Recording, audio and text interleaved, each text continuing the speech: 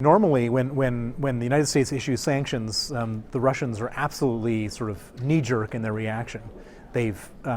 I've never seen a situation where they didn't retaliate. And so the fact that the last two sets of sanctions, the Magnitsky sanctions and the spying sanctions, they didn't retaliate, means that they're waiting for some type of gift from the president-elect. If they don't get that gift, surely they will retaliate, because that is in their nature to do.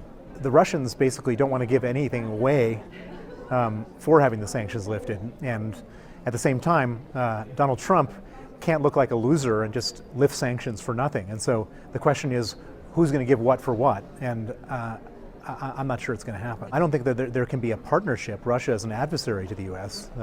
I think that there are certain things that Russia is doing that's causing a lot of trouble in the world. They've taken over Crimea, they've invaded Ukraine, they've bombed women and children in hospitals in Syria. I think those are some of the things that should be on the table if Russia wants to come back into the fold.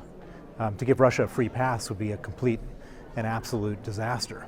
Well, I'm not privy to the intelligence reports, but I am privy, like everybody else is, to WikiLeaks. WikiLeaks published a bunch of reports about Hillary Clinton, published no reports about Donald Trump.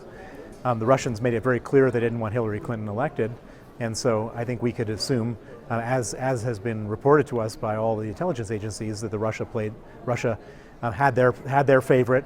They wanted Trump to be elected.